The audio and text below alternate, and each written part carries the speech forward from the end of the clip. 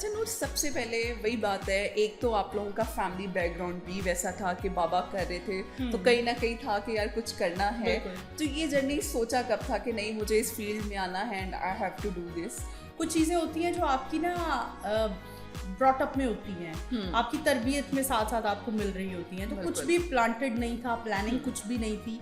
बस मुझे ऐसा लगता है कि शायद वालिद साहब की तरफ से हम लोगों में ये एक ना फिलबदी बोलने वाली और एक एंकर हो चाहे स्टैंड अप कॉमेडियन हो, फिलबदी बोलना आना चाहिए आपको। Exactly. तो ये चीज़ शायद एक ऐसी चीज़ थी जिसने हमें इस साइड पर ले आया।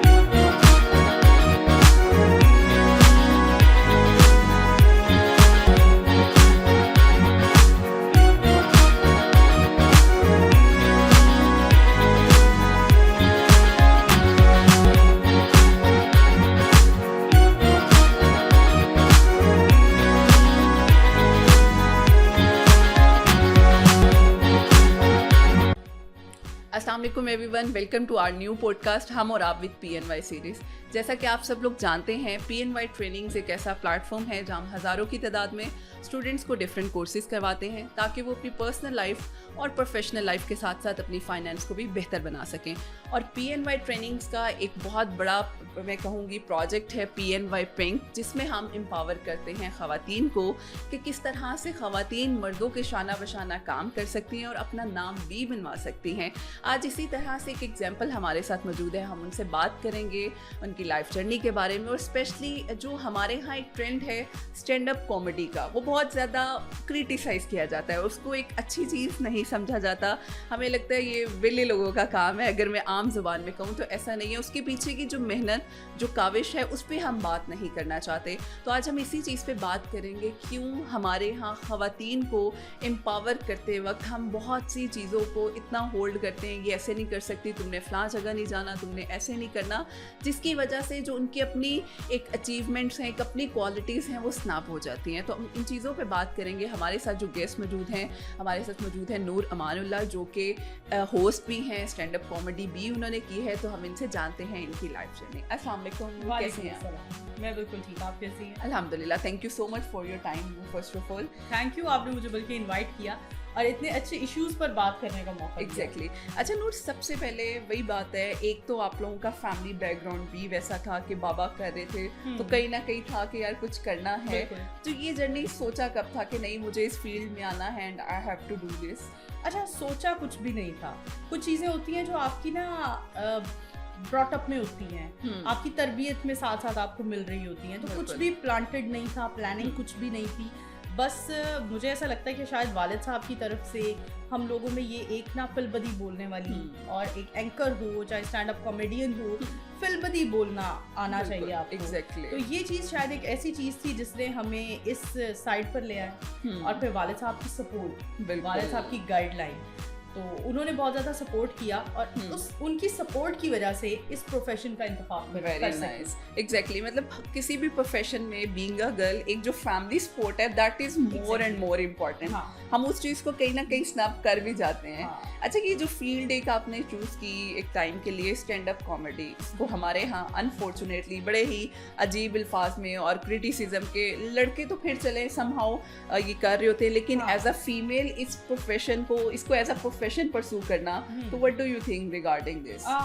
मैं कहती हूँ कि कुछ बहुत सारी ऐसी स्टीरियोटाइप्स थी जो हम लोगों को ब्रेक नहीं करनी पड़ी। जो हमसे पहले की नस्लें हैं जिसमें सीनियर कॉमेडियंस हैं, उन्होंने ब्रेक कर ली। लेकिन स्टिल हमारी जनरेशन में भी, हमारे दौर में भी बहुत सारी ऐसी चीज़ें हैं जो हमें ब्रेक करनी है।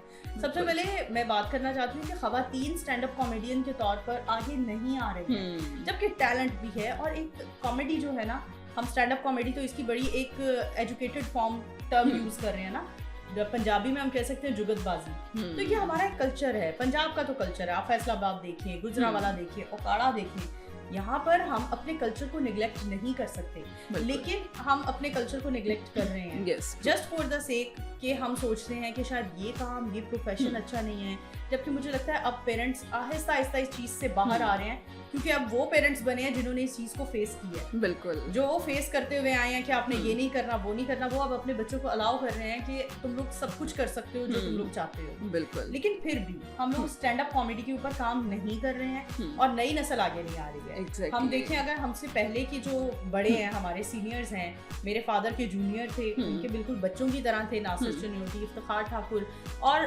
उनके सीनियर सुहेल अहमद साहब, मेरे वालिद साहब, अमानुल्लाह साहब। तो इन सब की जो एक नस्ल थी वो किसने तैयार की? डेफिनेटली सीनियर्स ने तैयार की। लेकिन अब के जो सीनियर्स हैं वो जो काम कर रहे हैं, और आगे जो थिएटर के हालात हो गए हैं, थिएटर को मैं बिल्कुल भी स्टैंड अप कॉमेडी के साथ मर्ज नहीं करती, क्योंकि अब थिएटर के हालात अच्छे होंगे, थिएटर पर फहाशी खत्म होगी, इसका ख्वाब देखना तो बड़े बड़े कॉमेडियंस ने छोड़ दिया है। लास्ट टाइम जब थिएटर्स बंद हुए, अनवारुल हक काकर साहब की गवर्नमेंट आई और इन्होंने बंद किया थिएटर्स को फहाशी की वजह से, तो मैंने सीनियर कॉमेडियन जनाब सुहेल अहमद साहब को कॉल किया और मैंने कहा मैं आपका सॉर्ट करना चाहती हूँ। आपको पता है उन्होंने क्या कहा? उन्होंने कहा मैं इस मौजू पर बेटा थिएटर पर ना मैं मजीद बात नहीं करना चाहता, and theatre is a thing जो बिलोंग करती है सुहेल अहमद साहब से, अमानुल्लाह साहब से, बब्बू बराल से।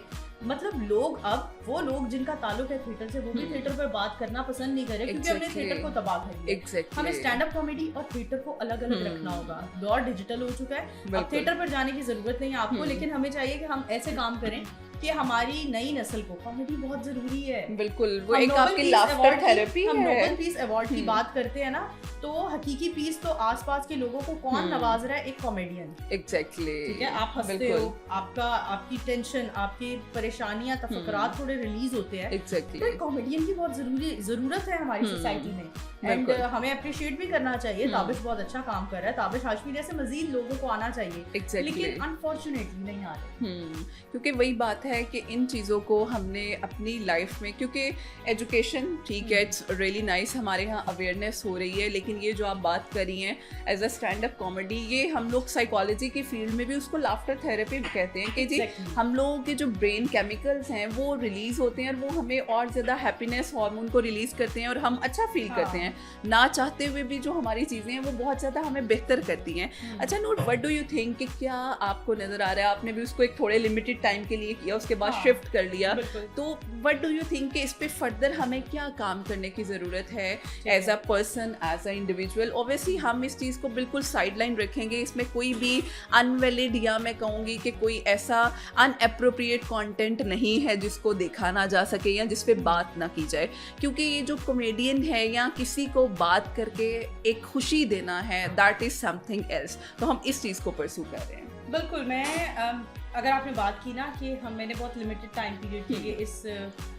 प्रोफेशन को देखा, ज्वाइन किया, फिर मैं पीछे हो गई, नहीं, मेरा जो अपना प्रोफेशन है वो हमेशा से जर्नलिज्म रहा। ओके, 2018 में मैंने जर्नलिज्म, अभी मैं पढ़ रही थी university of central Punjab, doctor Mufizuddin Sheikh Sahab से, अल्लाह उनके दर्जात बुलंद फरमाए, तो तब मैंने जर्नलिज्म को ज्वाइन किया। मैंने जियो से इंटर्नशिप की, फिर मैंने डेली पाकिस्तान वेब चैनल को ज्वाइन किया।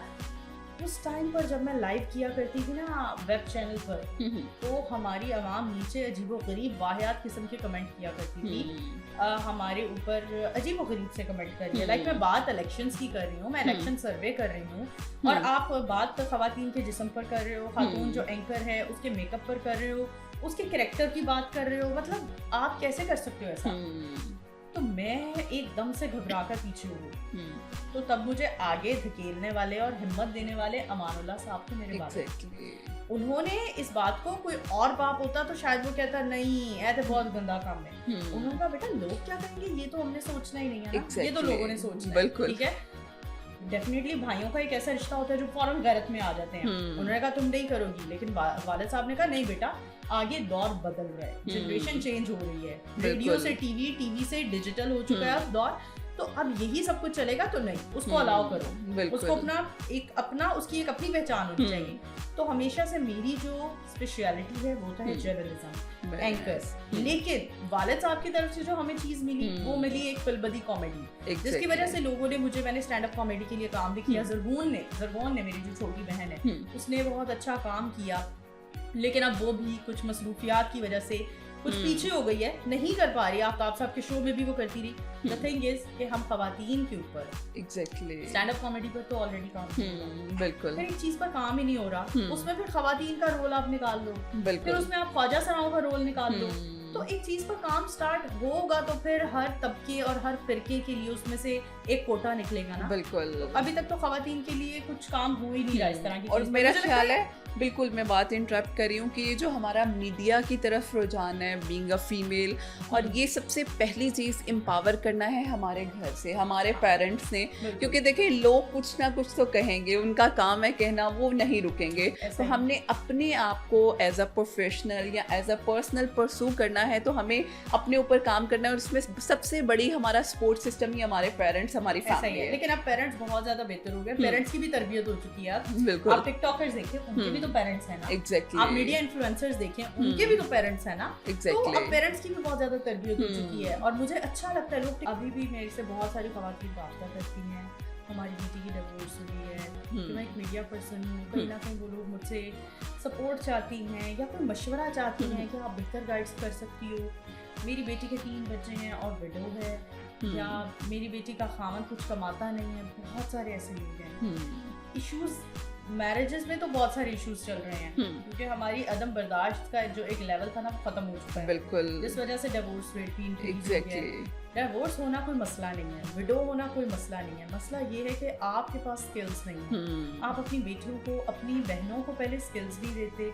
विरासती हक पर तो बात ही नहीं करेंगे, एक बहुत बड़ी लंबी डिबेट है। बिल्कुल। स्किल्स तक नहीं देते हैं, बाकी चीजें क्या देंगे। एग्जैक्टली। उसके बाद आप कहते हो कि वो अब हम पर बोझ भी ना बने, आकर भाइयों से खर्चा भी ना मांगे, आकर बाप के पास, फिर बेचारे बूढ़े बाप ने शादी कर दी, अरे भाई अब वो कहाँ जाए। ठीक है, आपने स्किल्स तो उसको दिए नहीं है ना। एग्जैक्टली। मुझे ऐसा लगता है कि अगर कोई ऐसी खातून है जो बाइज्जत तरीके से कपड़े बेच रही हैं घरों में, अनस्टिच सूट लेकर आती हैं, स्टिच कपड़े लेकर आती हैं, दर्जन का काम करती हैं, अगर आप इस काम को भी डिजिटल कर देते हैं ना, तो आपका बिजनेस जहाँ 5% ग्रो कर रहा है ना, आपका बिजनेस 55% ग्रो करने लगेगा। Exactly, it's very true. आपको डिजिटल होना है, बिल्कुल। आपको अपने बैरियर्स को खुद ब्रेक करना है। जब आपको स्किल्स भी नहीं दिए गए और उसके साथ आपको कहा जाता है कि आप भाई बाप घर वालों पर बोझ बन गई हो, तो फिर आप बोझ ना बनो ना। एग्जैक्टली। अपनी सोच को खुद तब्दील बिल्कुल। करो। और मेरा ख्याल है इस पे हम लोगों को इनिशियली ही, जहाँ हम अपने बच्चों को इतनी डिग्रियां दे रहे हैं, उसके साथ स्किल्स देना बहुत ज्यादा जरूरी है। हाँ, हम सिर्फ फोकस करते हैं थ्योरी पर, थ्योरीज हम पढ़ा देते हैं बच्चों को, और वो पढ़ाई दे देते हैं जिसमें स्किल्स ही नहीं है। बिल्कुल। डॉक्टर्स हैं जॉबलेस फिर रहे हैं, इंजीनियर्स हैं जॉबलेस फिर रहे हैं, लेकिन हम स्किल्स की तरफ नहीं जाते। हम आईफोन 16, 17, 18 के आने का वेट करते हैं, हम कुछ भी खुद इन्वेंट नहीं करते हैं। Exactly. मैं ये बिल्कुल नहीं कहूंगी, बड़े बड़े इन्फ्लुएंसर्स हैं ना, उनकी तरह मैं ये नहीं कहूंगी कि अपनी मेरे पास जर्मन गाड़ी है और मैं कह रही हूँ मेड इन पाकिस्तान पर फोकस करें। नहीं, आप इम्पोर्टेड चीजें यूज करें, लेकिन आप अपने लिए अपने स्किल्स को बेहतर करते हुए आप पाकिस्तान को भी तो कुछ देना। बिल्कुल, दैट्स रियली इम्पोर्टेंट। और मेरा ख्याल है ये वक्त है जिस पे हमने खुद को एम्पावर करना है और अपनी सोसाइटी को एम्पावर करना है। Thank you so much Noor, it was really nice meeting with you. और वो जो पॉइंट्स आपने डिस्कस किए, मेरा ख्याल है वो सबसे ज़्यादा ज़रूरी थे। And thank you so much all of you. इंशाल्लाह will back with a new podcast. हमें इजाज़त दीजिएगा। अल्लाह हाफ़िज़।